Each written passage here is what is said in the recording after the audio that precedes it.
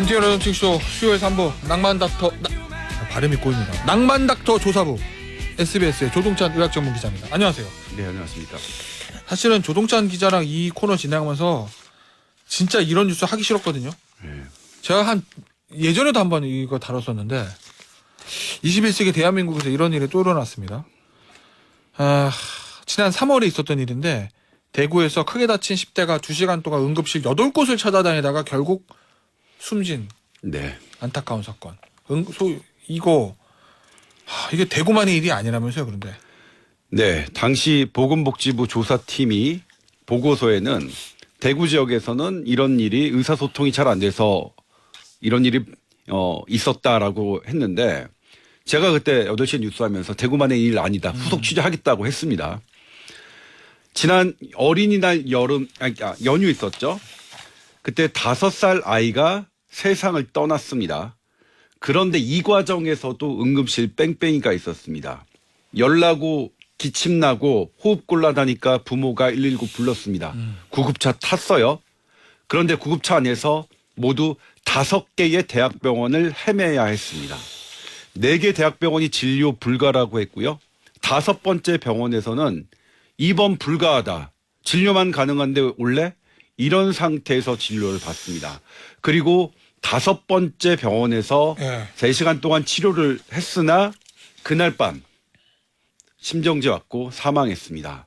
물론 5번째 병원은 진료라도 봐줬으니까 가장 난 거죠, 어쨌든. 근데 지금 뭐 5번째 병원이 가장 큰 책임을 느끼고 있는데 문제는 4개 대학병원은 아예 안 됐다는 것. 얼핏 보기에는 열나고 기침 심한 게 무슨 병이었길래 진료 불가로, 왜 진료 불가 단 거예요? 이 급성 후두염인데 급성 후두염은 그냥 목감기라고 생각하지만 후두가 부으면 호흡기가 막히죠. 아, 그럴 수 있겠구나. 그러니까 이건 경증일 수도 있고 초응급일 수도 있습니다. 그런데 이때는 이제 119 구급대원이 보기에도 아이가 호흡곤란이니까 응급이라고 보고했는데 다른 대학병원 어쨌든 4개 대학병원 안 된다고 했고요. 5번째 병원에서는 입원 불가, 뭐 진료만 가는 이런 상태에서 애가 진료만 받고 퇴원했는데 그날 밤에 숨졌단 말이에요. 자, 그러면 병원들 이유는 뭐예요? 그럼 진짜 급성 후두염을 진료 불가라고 한 이유? 네, 그날 밤 4개 대학병원에 제가 직접 물었습니다. 첫 번째 병원은 우리나라 최대 병원입니다. 최대 병원인데 대구 쪽에 있는.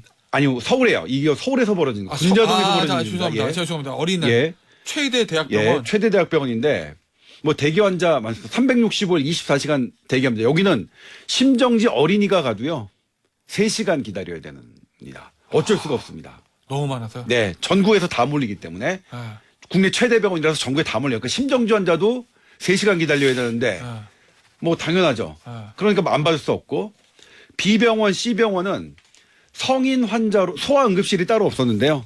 성인 환자가 병상을 가득 채우고 있었습니다. 연휴니까. 뭐 대부분 경증 환자였고요. 뭐 술 먹고 넘어진 사람 천지였겠구만. 네. 그다음에 D병원은 야간 소아 응급 환자를 아예 받고 있지 않았습니다. 진료를 안 했어요. 왜 그래요? 원래 그랬어요. 그러더라고요. 왜요? 의료진이 없으니까요. 네.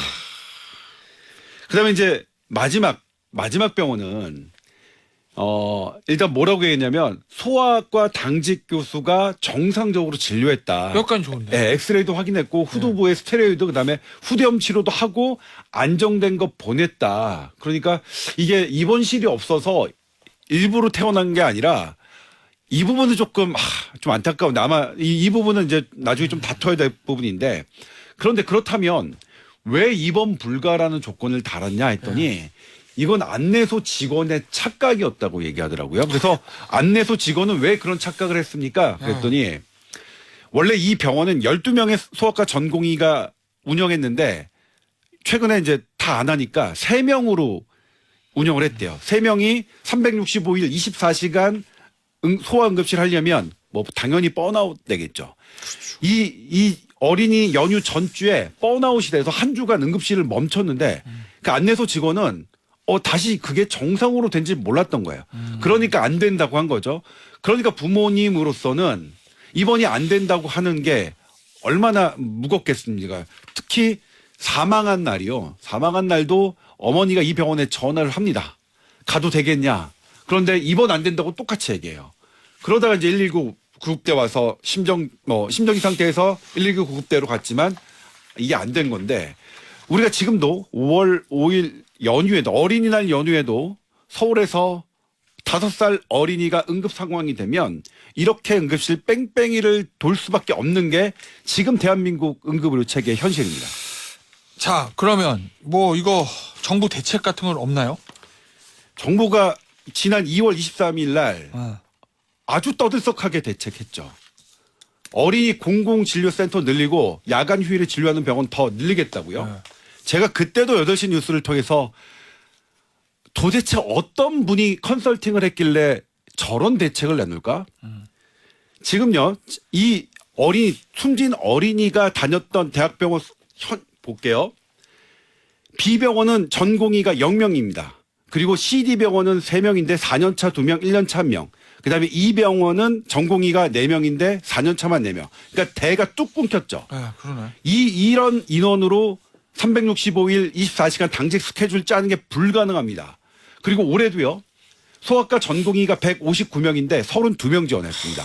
대학병원 50곳에서 38곳이 아예 지원자가 없습니다. 아, 지금 뭐냐면 의료진이 부족한데 센터 늘리고 센터도 짓고 병원 늘리겠다니요. 의사가 없다. 아니 요리사가 없는데 식당 늘린다고 식당이 됩니까? 네. 도대체 누가 이런 컨설팅을 했는지 저는 그러니까 현장에서 소아과 선생님들도 다 뜨악했습니다. 그러니까 정부 대책의 핵심이 뜨악했다. 현장을 모르는 그러니까 자기만의 영역에서 그냥 교수 자리 차지하고 어떤 관료 자리 차지한 분이 컨설팅하니까 실상은 모르고 실상은 어떻게든 소아과 진료를 응급 진료를 하는 분들을 이 필드에 유입해야 되는데 네. 그 유입하는 정책 없이 병원 더 짓겠다니요.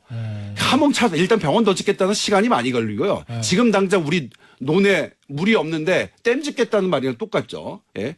그래서 지금 뭐냐면 어쨌거나 하반기에 소아과 전공이 또 모집하고 근데 이때 파격적으로 지원할 수 있는 그런 유도책 필요하고요. 그다음에 중증 환자를 많이 보는 병원, 큰 병원에서 소아과 선생님들이 관두고 딴 병원 가요. 개원하거나 아니면 소아과를 안 보고 다른 과를 하는데 그분들이 다시 소아과 영역으로 오고 소아과 진료를 하는 분이 소아과 응급 중증 환자의 필드에 갈 수 있도록 그런 대책이 지금 절실한 거죠. 알겠습니다. 그러면 이제 의료체계 우리 쏠림 현상들 네. 그걸 완전히 없앨 수 있는 근본 대책이 필요하다는 얘기인데요. 네, 그렇죠. 그럼 수가도 조절해야 되고.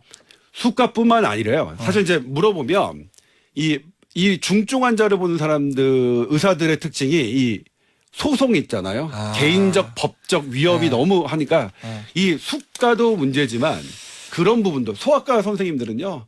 돈 못 버는 건 원래 알았대요. 소아과 선택할 때 돈 잘 벌려고 한 거 아니고 돈 잘 벌려고 하면 피부과 성형과죠. 소아과는 그것 때문에 하다 보니까 그런 법적 위협 때문에 하니까 그런 부분도 잘 봤으면 좋겠습니다. 알겠습니다. 여기까지 하도록 하겠습니다. SBS 의학 전문 기자인 조동찬 기자였습니다. 감사합니다. 네, 고맙습니다.